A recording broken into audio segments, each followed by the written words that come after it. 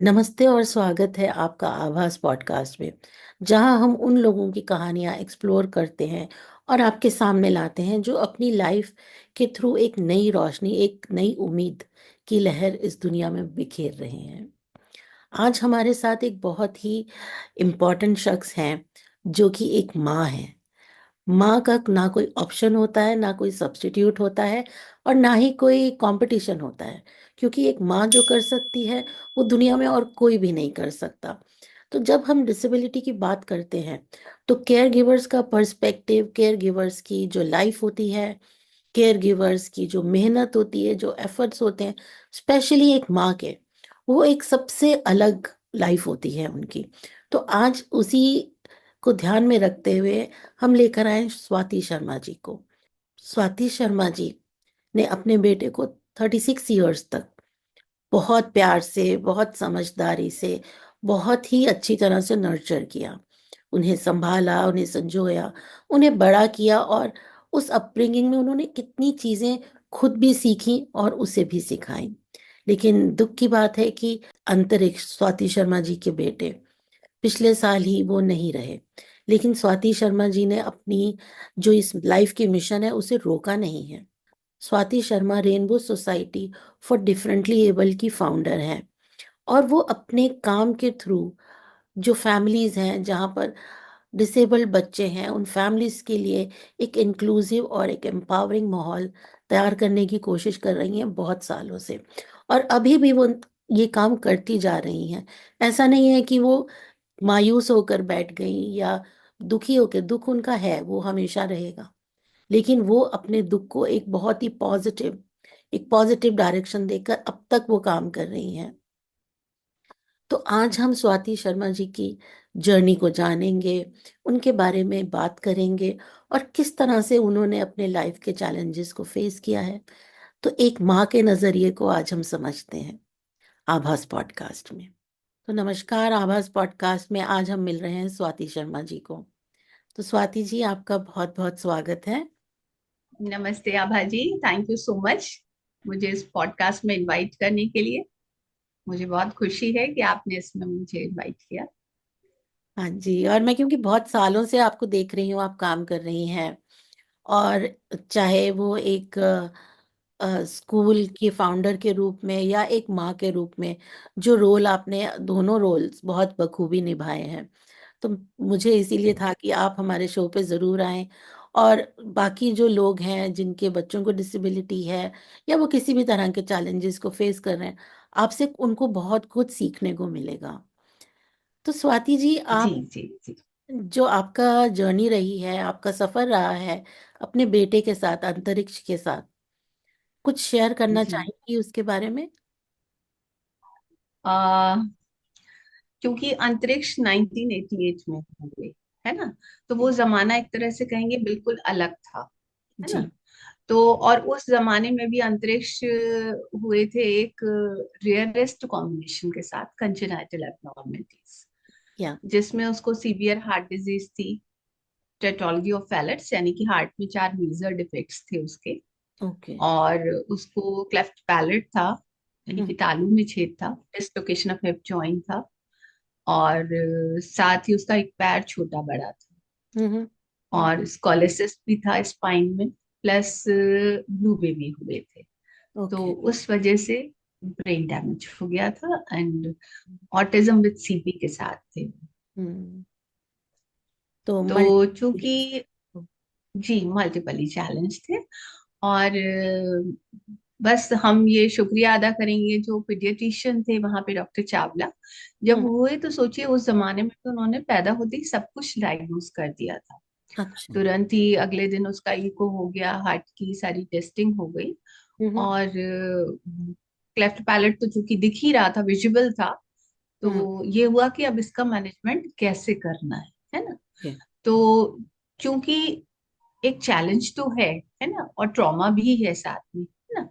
क्योंकि देखिए ये ह्यूमन नेचर है या। कि आप कि आज उस जमाने में अल्ट्रासाउंड भी नहीं होते थे। हम्म। बस ये पता था कि बच्चा कमजोर है बहुत, और क्योंकि 1.9 kg उसका वेट था, हम्म। तो उसे कुछ दिक्कतें हो सकती हैं। है ना, हम्म, ऐसा प्रिडिक्टेबल था कि कुछ प्रॉब्लम्स हो सकती हैं। बट ये है कि जब पैदा होती है आपको इतनी सारी ऐसी चीजें पता चलती, तो आपके लिए एकदम से लगता है कि बहुत सारे क्वेश्चंस खड़े हो जाते हैं, है ना। जी और जी। तब ना तो गूगल था और ना ही कोई इस तरह के मतलब आप किसी से समझ सकते, बस हमें ये था फोकस, हम ये थे कि हम इसको कैसे फिगर आउट कर, मतलब मैनेजमेंट कैसे करें।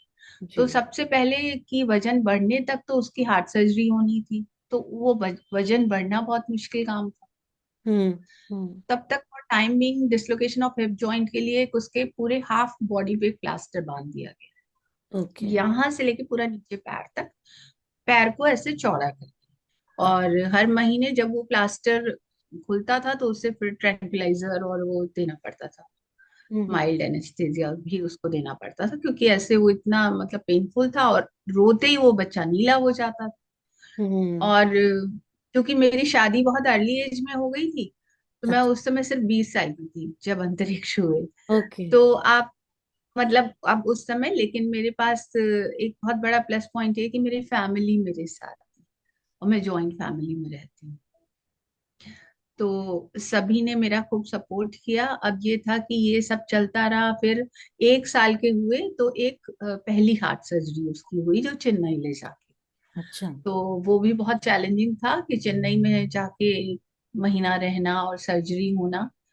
फिर वो हो गई तो उसका थोड़ा थोड़ा वजन बढ़ने लगा, जी। तो यही सब, हार्ट सर्जरी भी हो गई। अब जो जिस मुकाम पे मैं हूँ, मेरे हिसाब से कोई भी ऐसा डेफिनेशन है नहीं, है ना, कि कोई भी नॉर्मल है या नहीं है, ऐसा कोई डेफिनेशन नहीं है, हम सब एक दूसरे से अलग हैं, फिर बस यही एक परिभाषा है। तो तो बस फिर उसके बाद हमें पता चला कि इसका ब्रेन डैमेज होने की वजह से डेवलपमेंट इसका नहीं है प्रॉपर, कॉग्निटिव स्किल भी उतनी नहीं है, और रिसेप्टिव बहुत अच्छा था, बोल नहीं पाता था पर समझता बहुत कुछ था वो। फिर उसको स्पेशल स्कूल में करा दिया, और स्पेशल स्कूल की जो फाउंडर थी बस वही मेरी पहली गुरु बनी। और 96 से जैसे उसका एडमिशन कराया वैसे मैंने भी काम करना शुरू कर दिया। और बस धीरे धीरे काम करते करते समझ आया कि ये दुनिया बहुत ही सुंदर है, और बस इसमें डूब जाना ही बेहतर है ना। जितना हम डूबेंगे उतना हम आनंद लेंगे कि कोई अलग होके कितना खूबसूरत हो सकता है ना, कितनी पॉजिटिविटी आपको मिलती, कितनी पॉजिटिव वाइब्स आपको मिलती, क्योंकि हमारे जो ये स्पेशल नीड बच्चे, इनके जो अंदर है वो बाहर, बिल्कुल। मतलब प्योर है एकदम। तो वो प्योरिटी है और जो इनका भोलापन है और अनकंडीशनल लव है, ये ही सब बस यूं ही इस दुनिया में मैं 23 साल यूं ही गुजर गए। फिर मुझे एक ड्रॉबैक लगा कि अर्ली इंटरवेंशन पे काम नहीं हो पा रहा। जी। तो उस पे काम करने के लिए बाय चांस तभी जनहित जागरण ने एक स्टार्टअप आइडिया के लिए उन्होंने न्यूज़पेपर में निकला, तो मैंने पिच कर दिया अपना आइडिया कि अर्ली इंटरवेंशन यानी कि बच्चे के असेसमेंट से लेके पेरेंट्स की ट्रेनिंग प्लस एम्प्लॉयमेंट, क्योंकि लाइफ टाइम बच्चे का अडल्टहुड है, जी। वो सब कुछ एक ही छत के नीचे हो। तो all therapies under one roof का ये कॉन्सेप्ट मैंने, जो आइडिया है वो पिच कर दिया। तो फिर ये आइडिया मेरे इंडिया के टॉप 12 आइडियाज में से सिलेक्ट किया IIM कोलकाता ने। अच्छा। बहुत बढ़िया। तो वहां जाके मैंने प्रेजेंटेशन दी और सिर्फ 40 सेकेंड्स में मुझे अपनी बात को बताना था। अभी तो हम लोग कितना डिटेल में एक एक चीज को बात कर रहे हैं, वहां था 40 सेकेंड्स में आपकी बात उन तक पहुंचनी चाहिए कि आप क्या चाहते हो, अब जी आपका आइडिया है क्या। तो बस वो हो गया, तो इंक्यूबेशन में तो नहीं आया लेकिन मोटिवेशन बहुत मिला कि नहीं आप इसको शुरू तो जरूर कीजिए। तो वैसे 2015 में मैंने रेनबो सोसाइटी को रजिस्टर करा दिया था पेरेंट्स ट्रेनिंग के लिए। 2015 में मैंने रजिस्टर किया क्योंकि पेरेंट्स ट्रेनिंग सबसे इम्पोर्टेंट है। बिग जी। पिक्चर ये है कि बच्चा किसी भी थेरेपीज को ले रहा है, सेशंस ले रहा है, बट अगर पेरेंट्स ट्रेंड होंगे तो वो जानेंगे कि कैसे हैंडल करना है और वो अपने डिनाइल मोड से भी बाहर निकले। जी। तो बस उससे शुरुआत हो चुकी थी।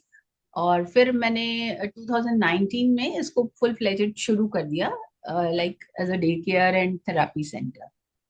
बट शुरू होते ही कुछ महीनों बाद पेंडेमिक आ गया, तो वो अपने आप में एक चैलेंज हो गया कि जैसे ही शुरुआत करी, और वैसे भी सेकेंड इनिंग की शुरुआत थी, और पेंडेमिक आ गया।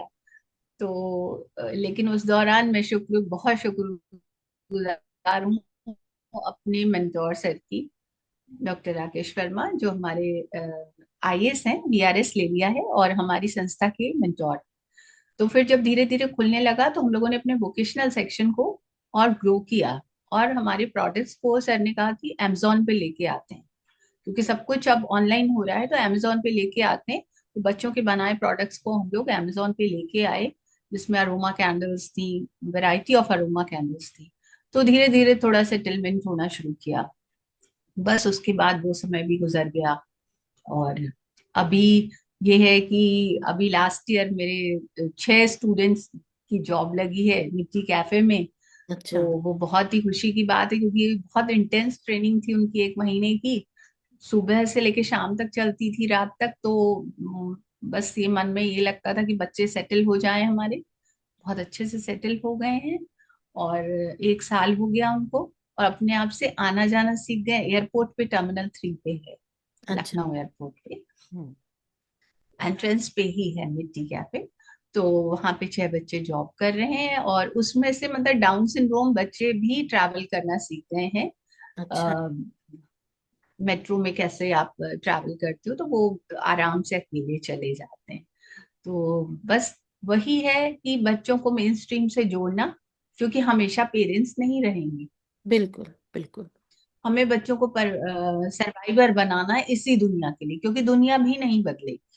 है हम्म। ना, एक कहीं हम सपनों की दुनिया खोज रहे हैं कि नहीं, बहुत कि अभी बच्चे को कैसे बाहर निकालें, बड़ा रिस्की है, तो समय नहीं खराब करें।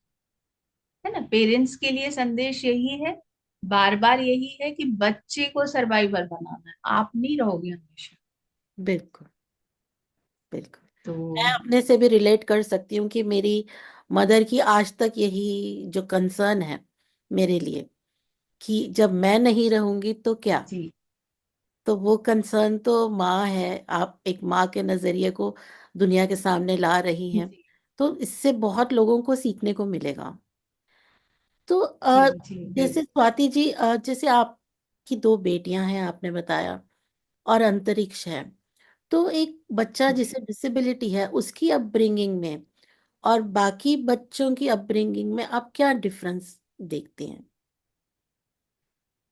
देखिए, सिंपली देखे तो डिफरेंस एक तो आपको ये कि आपको एफर्ट्स बहुत ज्यादा करने हैं, बट रिजल्ट्स 100%।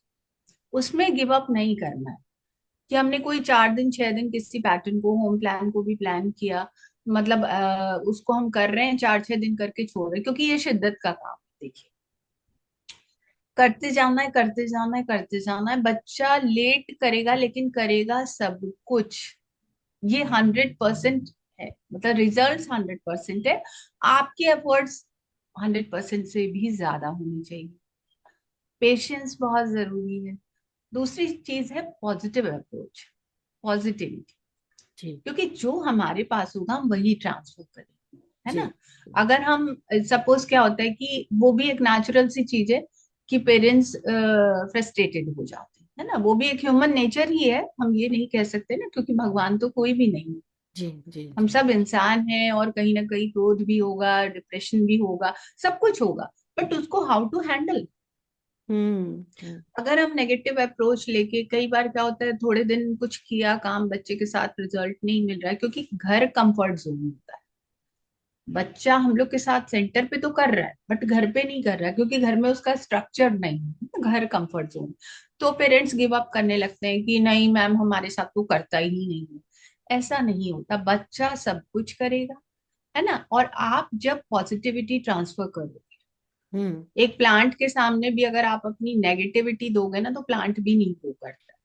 तो बच्चे के साथ उसी अप्रोच से काम करें, और इक्वलिटी की बात करें। कभी भी ये नहीं कि उसको एकदम सिंपैथेटिक बिल्कुल बना दे, नहीं, वो चीज नहीं होनी चाहिए। हम लोग आराम से उसके साथ हंसी मजाक सब कुछ करते थे, छेड़ना, हंसी मजाक करना, जैसे कि सभी सो कॉल्ड नॉर्मल बच्चों के साथ करते हैं। इसके साथ ही सिबलिंग को भी एक अच्छी ट्रेनिंग देना बहुत जरूरी है। बहुत जरूरी है। क्योंकि कई बार क्या होता है कि सिबलिंग में क्या होता है, या तो सप्रेस हो जाती है, कहीं हम्म। ना कहीं उनके मन में आता है कि सारा अटेंशन तो उसी बात। स्पेशल नीड बच्चे पे, हम्म। उसी बच्चे पे। है है ना। तो वो भी एक ट्रेनिंग को प्रॉपर रखना जरूरी है कि जिम्मेदारी भी दे, अलूफ नहीं रखें, और साथ ही साथ उनके ऊपर भी उतना ही ध्यान दें, उन्हें इन्वॉल्व रखें साथ में।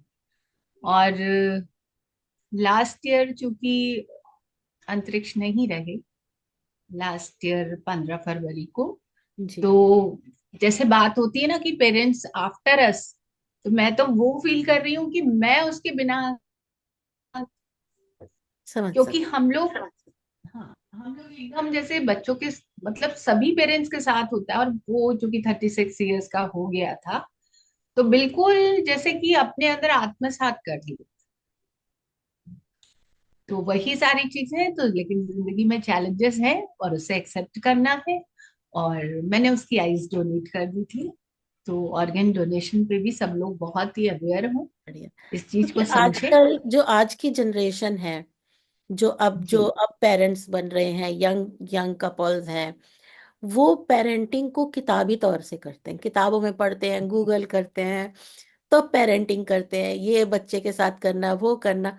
लेकिन जो आपने किया है या जो मेरी माँ ने किया है, वो किसी किताब में दर्ज नहीं है। क्योंकि ये किताब से पढ़ा से सीखा ही नहीं जा सकता। ये बाय जी इंस्टिंक्ट, ये by instinct, by practice, by hard work, और बहुत सारा सेक्रीफाइस इन्वॉल्व होता है, तब बच्चा बड़ा होता है। और जिस बच्चे को डिसेबिलिटी हो, उसके साथ तो बहुत ज्यादा करना पड़ता है। आपको भी कभी ऐसा लगा कि आप सोशली आइसोलेट हो रही हैं, रिश्तेदारों के घर नहीं जा पाती, शादियां नहीं अटेंड कर पाती, या सोशल आइसोलेशन आपको कभी महसूस हुआ? नहीं ऐसा तो बहुत, चूंकि हर वक्त क्या था ना कि मैं चूंकि जब वो 8 साल का था तभी से हम उसके साथ ही काम करने लगे, है ना। तो आप जब इस दुनिया में जी रहे हैं ना, तो आपको कहीं ना कहीं वो बाहर की दुनिया से उतना ज्यादा, जैसे एक होता है ना फैसिनेशन, या सभी को शौक होते हैं, वो ऐसा नहीं कि मेरे शौक कोई सप्रेस हुए या कुछ नहीं, मैंने अपनी हॉबीज को भी पूरा वो किया, जी। और हर चीज में उसे भी इन्वॉल्व किया। फंक्शंस में ले जाने में क्या होता है ना कि जनरली अगर बच्चा बच्चा बहुत सारे कारण ऐसे होते हैं कि बच्चा वहां जाके कुछ बिहेवियरल इशू कर, तो हम्म, हमें उस पे काम करना है, एक तो प्रिपेयर करके उसे ले जाना, क्योंकि हाँ। बच्चे को भी हर चीज में अगर हम इन्वॉल्व नहीं करेंगे तो जी। फिर दिक्कत होगी ना। फिर हम्म। वो बच्चा, फिर वो हम मेन स्ट्रीम से क्या जोड़ रहे हैं, है ना। तो जहां तक है संभव है हर जगह बच्चे को लेके जाएं, उसे प्रिपेयर करके लेके जाएं, भले ही कम देर के लिए रुके, हम्म। बट वो सारी जगह उसे इंटीग्रेट जरूर करें। जैसे कुछ पॉइंट्स ऐसे होते थे, जैसे कि अंतरिक्ष को पिक्चर फिल्म देखने का बहुत शौक था, हाँ। मूवीज का बहुत शौकीन था, बट वो हॉल में नहीं जाता था। हम्म। हॉल में या तो उसे सफोकेशन फील होता था ड्यू टू हार्ट डिजीज, हम्म। मतलब वो जाते ही वो नहीं घुसता था। तो ठीक है, घर पे बैठ के देख लेंगे, कोई इशू नहीं। क्योंकि जो भी चीज जैसे हमारे पास बहुत सारे ऑप्शन हैं आज की डेट में ना, जी। और कहीं नहीं, जैसे ऐसा भी होता था कि सोशल गैदरिंग में जैसे उसके साथ और हेल्थ इश्यूज भी थे कि बीमार बहुत ज्यादा हो जाता था। तो हम्म। हम दोनों में से, पेरेंट में से, हम्म। या तो मेरे हस्बैंड चले गए या मैं चली जाऊँ, एक जना उसे देख ले, एक जना चला जाए। तो कुछ बैलेंस तो बना के रखने पड़ते हैं, और साथ ही शौक भी बरकरार रखने पड़ते हैं, नहीं तो क्या है कि आप फिर वही डिप्रेशन में आ गए। तो बिल्कुल। फिर आप डिप्रेशन में एक अकेला व्यक्ति नहीं आता, फिर पूरी फैमिली फैमिली डिप्रेशन में आ जाती है, बिल्कुल बिल्कुल। फैमिली अफेक्ट हो जाती है। तो बैलेंस बना के चलें, कहीं चले जाएं, कहीं मन अपना दूसरी जगह लगा लें, हो जाता है। बस ये है कि डिटर्मिनेशन स्ट्रांग रखना है। और अभी लगभग 2 साल हो गए हमारा कोलैबोरेशन बैंगलोर से भी है, क्राफ्टिजन फाउंडेशन से, okay. And we are working on green skilling programme by Accenture. Okay. Okay. तो एक्सेंचर के ग्रीन स्किलिंग प्रोग्राम पे हम लोग काम कर रहे हैं, recycling of flower and recycling of paper. Hmm. Yeah. उसमें अभी हमारे मोर देन 50 स्टूडेंट्स उस पर काम कर रहे हैं, और उनको हम स्टाइपेंड भी दे रहे हैं जितने बच्चे वोकेशनल में काम कर रहे हैं। बढ़िया है। तो एक बच्चे को खोना जिंदगी का सबसे प्रोफाउंड ग्रीफ कहते हैं, बहुत दुखद घटना होती है। तो अंतरिक्ष की कौन सी एक ऐसी मेमोरी है जो आपको डेली लाइफ में मोटिवेट करती है, या जिसे आप ऑनर करती हैं, या आपने जो सोचा था आपके आपके काम में, आपके प्रोजेक्ट्स में, आपके मिशन में, वो हमेशा जिंदा रहेगा? तो एक कौन सी मेमोरी है, या उसकी कौन सी बात से आपके चेहरे पर स्माइल आ जाती है? जैसे वो ड्रम प्लेइंग बहुत अच्छी करता था, मार्च पास्ट कराता था, तो मैंने वो ड्रम स्कूल में रखा हुआ है। हम्म। अब जो भी बच्चा बजाता है तो ये तो मिशन अंतरिक्ष है। म्यूजिक का बहुत शौकीन था। एक वो उसको मैनेजमेंट का बहुत था, लाइक कोई भी आता था ना, तो जो उससे पहले मिला है और अभी वो दिखता है वो नहीं है, वो तुरंत पूछेगा अरे वो बच्चा कहाँ गया। ओके। क्योंकि वो सबको ग्रीट करना, और वो एक खुद को ना लीडर टाइप समझता था। बड़ा होने के बाद ना वो स्टूडेंट नहीं समझता था खुद को। सब बोलते थे कि मैम डायरेक्टर आप नहीं है, डायरेक्टर अंतरिक्ष बन गया। तो हर चीज को मैनेज कर, तो बस वही है कि जहाँ उसके साथ के बच्चे हैं और सब हैं, वही अंतरिक्ष है। तो आपको, क्योंकि इस ग्रीफ को ओवरकम करना या मैनेज करना, उसके लिए सेल्फ केयर की बहुत ज़रूरत होती है। जी तो जी। वो आप कैसे करती हैं? शाम बहुत सन्नाटे वाली हो जाती है अब, क्योंकि शाम को घर आते ही उसका म्यूजिक चल जाता था। तो जी। अभी इन्वॉल्वमेंट और कर लिया है, शाम को रिमीडियल क्लासेस शुरू कर दी हैं। हम्म। तो वो चलती है, साथ ही ट्रेनिंग प्रोग्राम। ओके। ओके। हाँ तो जैसे अगर आपको ऑप्शन दिया जाए कि आप टाइम में पीछे जा सकती हैं, कुछ साल पीछे जा सकती हैं जब आप यंग थी, और एक यंग मदर के रूप में आप अपने आप को क्या एडवाइस देना चाहेंगी? कहीं आपको लगता है कि आपको उस समय अगर ये एडवाइस मिली होती, तो आप खुद को क्या, यंग यंग स्वाति को क्या एडवाइस देना चाहेंगी? एक ड्रॉबैक जो हम लोग के साथ रहा कि हमारे जमाने में थेरेपीज वगैरह इतनी नहीं थी। जैसे ना अगर अंतरिक्ष को स्पीच थेरेपी मिल जाती जी। तो वो उसकी क्लैरिटी आ जाती वॉइस। क्योंकि क्लेफ्ट पैलेट के बाद स्पीच थेरेपी मैंडेटरी होती है। जी। तो ये सब चीजें जो मिसिंग थी, इसीलिए यंग पेरेंट्स को यही समझाते हैं कि डिनायल मोड में नहीं रहे, एक्सेप्ट करें, बच्चे का टाइम वेस्ट नहीं करें। है बिल्कुल। ना? बिल्कुल। तो अगर वो मिल जाता तो उसको क्लैरिटी आ जाती और ज्यादा। लेकिन ये सब समय का है, तो अगर टाइम मशीन में पहले जाएं तो हाँ ये है कि उसके साथ वो वाले जो मोमेंट्स है हम फिर से जी सकते हैं।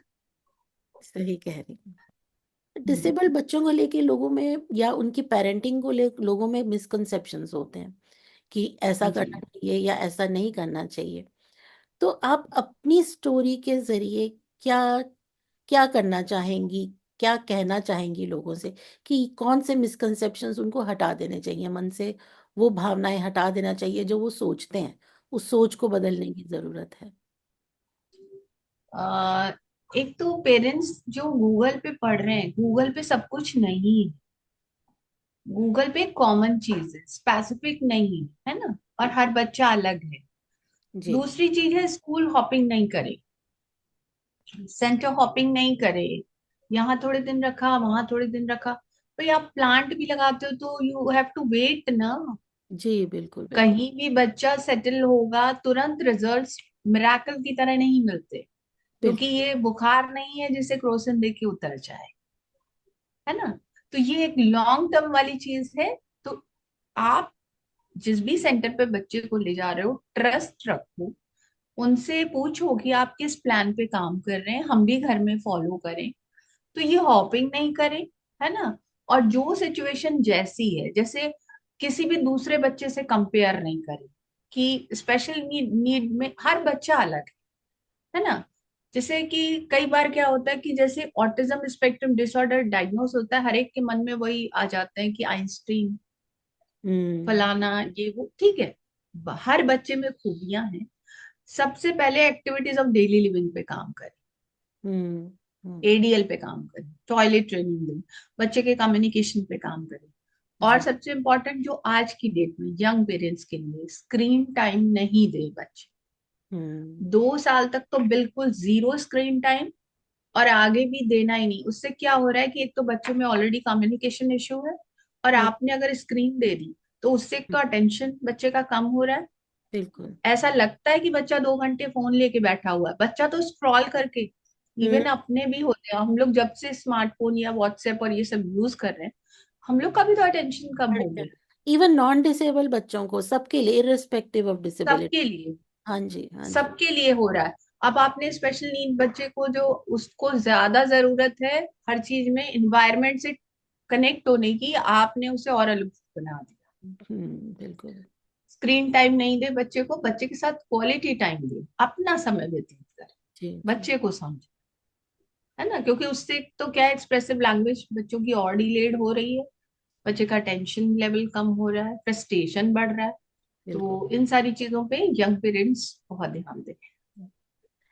तो अगर मैं आपसे पूछूं कि आपके लिए इंक्लूजन का क्या मतलब है, मैं सिर्फ फिजिकल स्पेसेस की बात नहीं कर रही हूँ यहाँ पर, मैं सोसाइटी के एटीट्यूड्स की बात कर रही हूँ। तो आपके लिए इंक्लूजन क्या मायने रखती है, क्या होना चाहिए?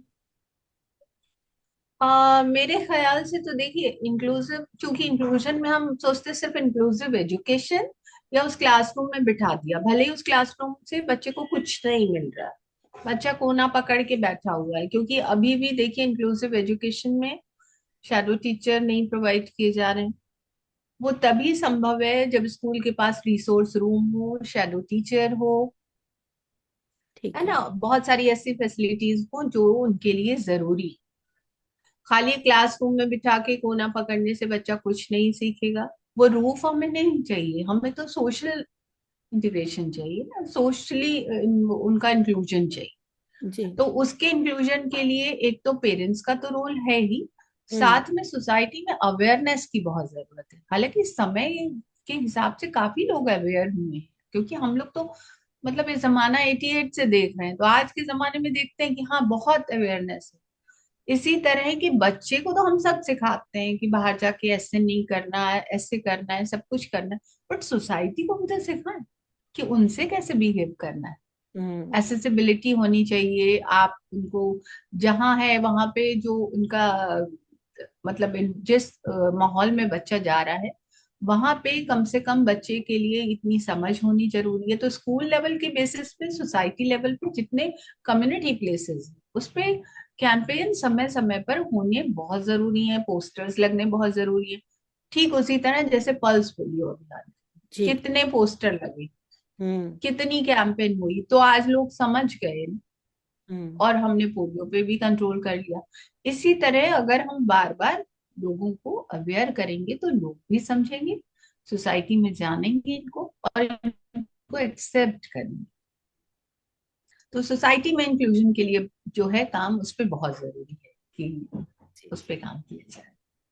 तो आप इंडिया का क्या फ्यूचर देखती हैं इस इंक्लूसिव एजुकेशन में, कि आगे चलकर कितना जल्दी आएगा, कितना समय लगेगा, क्या फ्यूचर देखती हैं? अभी तो देखिए, अगर शहर, अलग अलग शहर के हिसाब से, अकॉर्डिंग टू अपने इंडिया में वेरिएशन है, ठीक है। जी बहुत सारे ऐसे स्टेट्स हैं जहाँ पे इंक्लूजन में अच्छा काम हो रहा है।